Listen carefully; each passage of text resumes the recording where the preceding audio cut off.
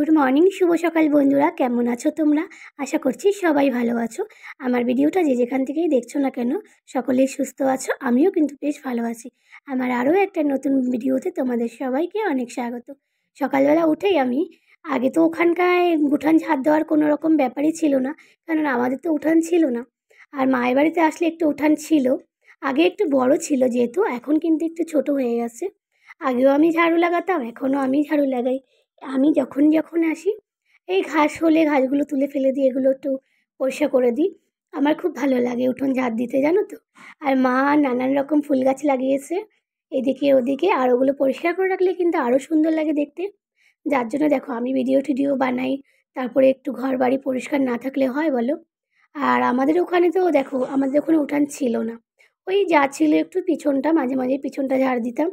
তবে এটা তো একদম মেন রাস্তার উপরে, ঝাড় না দিলেও খারাপ দেখায়। এবার মা সময় পায় না বলে আমি একটু ঝাড়ু লাগিয়ে দিই। আমি আমার ছেলে আসলে যেন পিছনটা পরিষ্কার করি।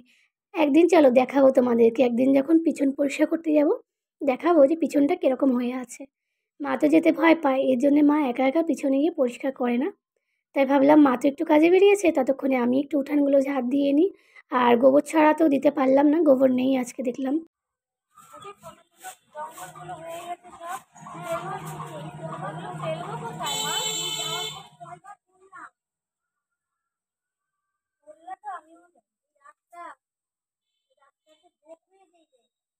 এইগুলো এইদিকে নিয়ে যাবো, হ্যাঁ এইগুলো তুলে রাখতে আনবো।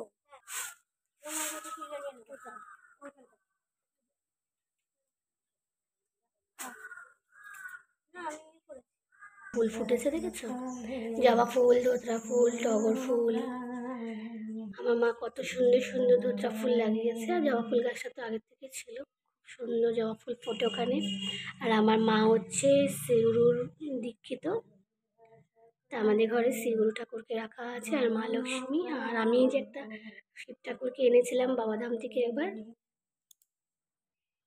চলো মায়ের পুজো পাঠ হয়ে গেলে স্নান, মানে স্নান বলছি কেন, চা খাওয়া হবে। ব্রাশ করে তাড়াতাড়ি আসো। কি স্নান করবো? এই কলগেটটা ভালো, সেন্সুডেন্স আছে তো। হ্যাঁ মা আসো।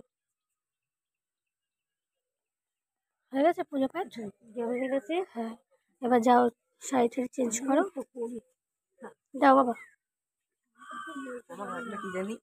হ্যাঁ স্নান করে আসো, ভালো লাগবে, এমন কিছু খারাপ, ভালো লাগে। স্নান করে আসতে বললাম। আচ্ছা ঠিক আছে। পার্লারে দেখি গিয়ে দিদি আজকে কি শেখায়। কালকে একবার গিয়েছিলাম পার্লারে দেখা করতে। তা চলো বিছানা টিছানা তুলে নিই। করবো আমার তো কখনো মার বাড়ি, কখনো শ্বশুর বাড়ি, কখনো মায়ের বাড়ি, কখনো শ্বশুর বাড়ি, নিজের বলতে কিছু নেই। কি করবো, যতদিন মা আছে ততদিন তো আসবো, মা না থাকলে কি আর আসা যাবে বলো। দেখো সবার সংসার আছে, বোন ভাই বোন সবারই সংসার আছে, কিন্তু তাদের সংসারে মাঝখান দিয়ে কেউ কখনো কাউকে ফোনও করতে পারে না সময় মতো। আর যদি মা না থাকে তখন কে আর কেউ ডাকবে বলো? কেউ ডাকে না। এই করতে হবে, কবে যে নিজের একটা কিছু করতে পারবো, কবে যে একটুখানি শান্তি পাবো জানি না। রাতের বেলায় মানে কালকে সকালের দিকে এত রাতে যন্ত্রণা করছিল যে গিয়ে হোমিওপ্যাথি ওষুধ নিয়ে এসেছি। প্রচণ্ড কষ্ট হচ্ছিল, তোমাদেরকে কি বলবো, মানে পুরো গালটা আমার ফুলে গেছিলো। কিছু ইচ্ছা করছিল না, কানের সামনে যদি কেউ কথাও বলছিল তাও মনে হচ্ছে রাগ হচ্ছিলো, পুরো মাথা টাথা ব্যথা, চোখ ফুলে গেছিলো। তার জন্য গিয়ে ডাক্তার দেখিয়ে ওষুধ নিয়ে এসেছি, এখন একটু কম আছে, 6, 7, 8, 9। এবার চলে আসলাম বন্ধুরা চা খেতে। দেখো আমি চা নিয়ে এসেছি, মা ও ঘরে বসে চা খাচ্ছে দিদির কাছে। তাই আমি ভাবলাম আমি আমাদের ঘরে গিয়ে একটু শান্তি মতো করে বসে চা খাই। সকাল থেকে যা যা করার ছিল একটু একটু কাজ করে দিলাম, করে এখন একটু ফ্রেশ হয়ে বসলাম চা খেতে। তারপর আমি আমার বড়মশাইকে ফোন করলাম, বড়মশাইকে ফোন করে গুড মর্নিং বললাম। আর এখন আমার বড়মশাই এখন 9:30 বাজে, এখন ঘুম থেকে উঠেছে। তা তাদের প্রোগ্রাম আছে বলে, কালকে রাত্রিবেলা প্রোগ্রাম ছিল বলে 2টোর সময় এসেছে। তা ঘুমিয়েছিল, তখন ফোন করলাম ভিডিও কলিং, দেখলাম যে আমার বড়মশাই কম্বল গায়ে দিয়ে বসে আছে। আর আমাদের এই কলকাতা দেখো কিন্তু বিলকুল ঠান্ডা নেই, মানে একটুও ঠান্ডা নেই, কিন্তু বিহারে এখনো ঠান্ডা আছে। এখন কি বানাবি তুই বল? আমি কি বলবো বলো?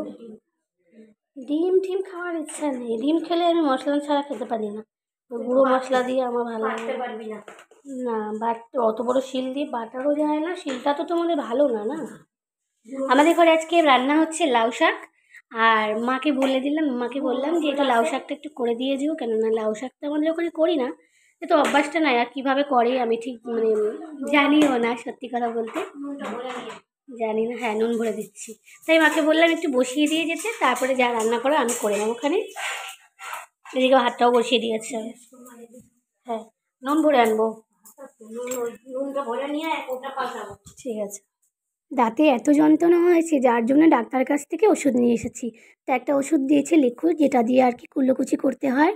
তা আমার যখন কোনো কিছু ব্যথা হয় শরীরের কোনো অংশে, তখনই করি, তাছাড়া যখন একটু ভালো হয়ে যায় তখন আর করতেও ইচ্ছে করে না, ওষুধ খেতেও ইচ্ছে করে না।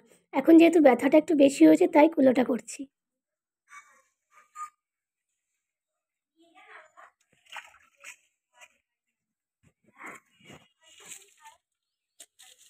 জলটা কম করে নিলাম, জামাটা ভিজাবো। অ্যালোভেরা গাছে জল দেয়? মা দিয়ে দিয়েছে। বেশি দিইনি, একটুখানি। জলটা কম করার জন্য। সাপের কৌটোটা কোথায়?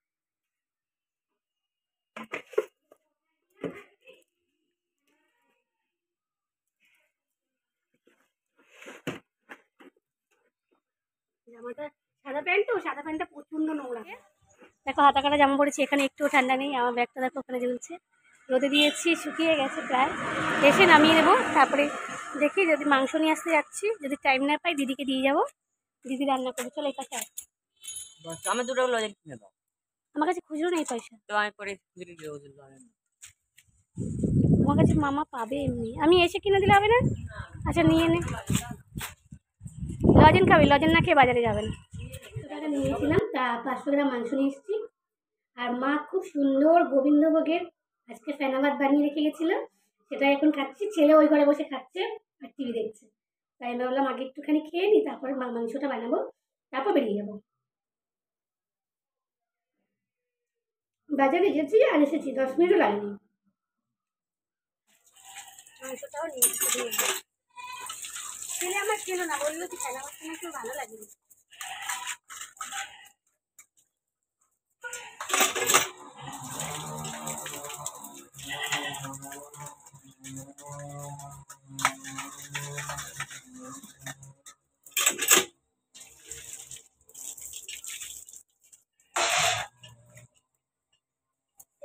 করে না কাজ আর করে ইচ্ছা করে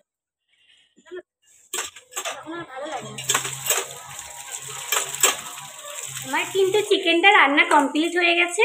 তা মনা বললো মাসি কিছুটা চিকেন রেখে দাও, আমি একটু চিকেন পকোড়া বানাবো। তা আমি রান্না কমপ্লিট করেছি, মনা এখন বসে বসে চিকেন পকোড়া বানাচ্ছে।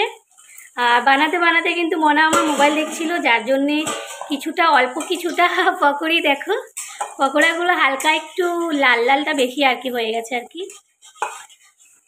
তা আমারও রান্না কমপ্লিট হয়ে গেছে, খুব সুন্দর করে একদম গোল করে বসে খাওয়া দাওয়া করবো, তারপরে ঘুমিয়ে পড়ো। না ঘুমাবো না, ঘুমালে কাজ হবে না, এখন একটুখানি কাজ বেরাতে হবে।